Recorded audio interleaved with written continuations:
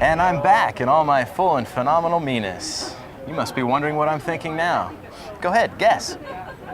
Did you guess RFID technology, audience response, and smart badges? Well, you should have. I'm disappointed in you. Hey, I'm here with an expert on just those topics.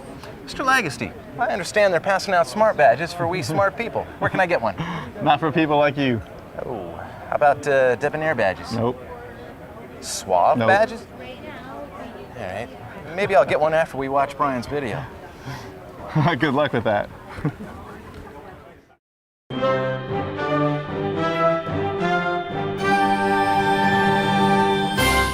Welcome. We're talking about near-field communications and RFID, and to help us understand all of that is Brian Lagastee, Senior Vice President, PSAV. Brian, welcome. Thank you. It's great to be here. That was a mouthful. Near-field communications and RFID. Is that really what we want to talk about? Is there another way into this? Well, those are really technologies that are all about the interactive event technologies. So near-field communications, RFID, QR codes, those type of technologies really represent what we call interactive technologies. Let's use interactive. That's a little event easier. tech. Yeah. It's a little less. So anyway, where are we? I mean, what is this? Where's the industry today with interactive event technology? Yeah, it's been, over the last several years, one of the barriers for these technologies to be applied in the events and meetings industry is all the infrastructure required to really make them successful. So there were some significant challenges with the infrastructure. You needed gates, or you needed devices and hardware. And so that was one of the challenges of why some of these technologies haven't really taken off. What we're seeing in the current term and out into the future is that some of the other devices that people are carrying, their mobile phones, are beginning to allow for that infrastructure not to be as necessary. So the future is really exciting as to where some of these technologies can go and what they can do for the events industry. So when you say infrastructure and hardware, that would be like a card reader or something that you used to have or something else? Yeah, you used to have to hand out devices for people to interact with them, or you have the to ARS walk things, through gates. Right. Yeah, so for your RFID badge to work, you had to walk through a gate, and now those types of technologies can be used in conjunction with your mobile app for your event, or in conjunction with the overall conference technology that people are using on their smartphones. So it really kind of eliminates some of the barriers to this technology and using it in your meetings and events. This type of technology, I describe it as technology that interacts with the attendees. And so when you're on site at an event and you want an attendee to do something or experience something or get content or track what they're doing or have them participate in a particular session, these interactive technologies can help trigger the interaction with those attendees. So it's really that live event on site, and it's having those trigger points throughout your conference for those attendees. I mean, it's great to have a conversation about how to make the live event Yes. more trackable. Yeah. Now, and more trackable being an operative word here, because I'm assuming that the planner can now track what's going on. There's more metrics. Is that fair to say? Yeah, most of the associations or planners that are interested in these type of technologies, they're going after one of two things. They're either going after sharing information that they can't share, via email or via a web app, sharing specific content, or they're looking to better understand where their people are, what their people are doing at the conference, what their attendees are doing to help manage their overall pace or their overall costs, or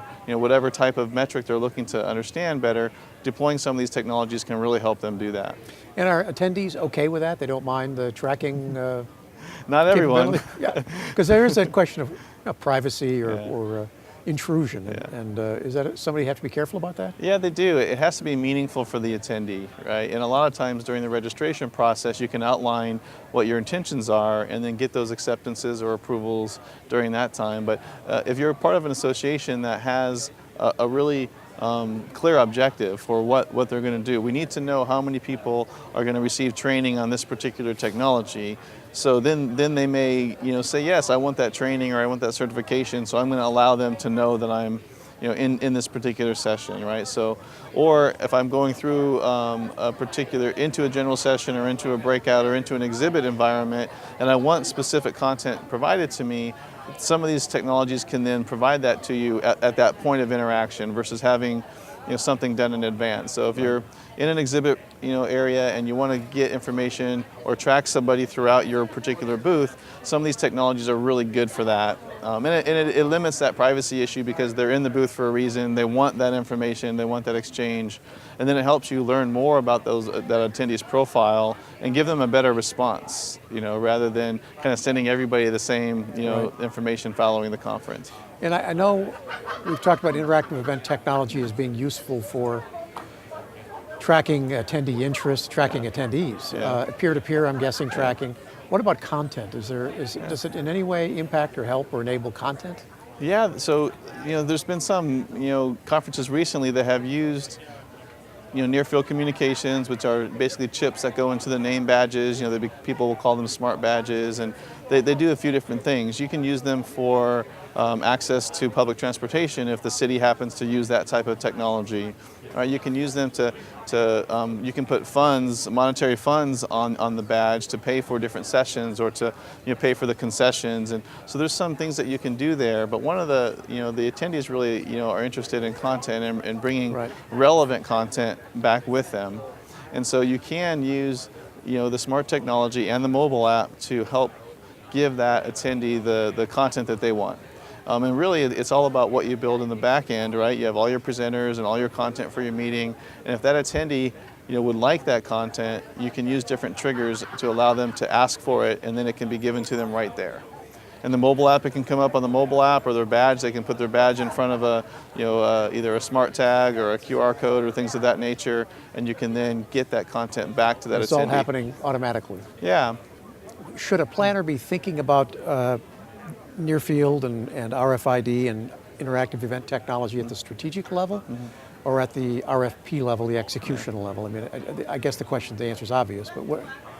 Yeah, I think, planners, technology should not be used unless it's going to add value to that overall event. So if there's a challenge with tracking your attendees or getting them educational credits or giving them permissions to enter confidential sessions, and if that's an element of your conference, or getting content to your attendees, that's controlled and specific, then I would say if that's in your strategic discussions, then absolutely you need to look at kind of what technology you're going to use to achieve that.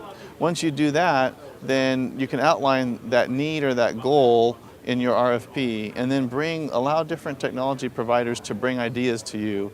And of course, it's always great to test those ideas first, use them, at one conference before you use them at your large conference, and make sure that whatever, technology you're being advised to use is something that's going to meet the needs that you have, it's going to be cost effective, and maybe it's actually generating additional return. There's a lot of advertising and marketing that you can do with some of the new technologies. So, they can pay for themselves. They can also, be pretty expensive if your desires are to really have a lot of that interaction. But there's also some really simple ways to use the mobile apps and some of the interactive technologies in a very simple way for fun, to give the users a better experience at the conference. It sounds like you're saying don't start with cost. Yeah, start with your need. Yeah, right, start with your vision, and then understand what that impact is going to be to your budget. Yeah. You heard it here first. Brian said, do not start with cost. Yes. Thank you. Thank you, Brian. Appreciate your time very much. Okay, thank you, Bill. We've been speaking with Brian Lagastee, Senior Vice President, PSAV, on the subject of interactive event technology.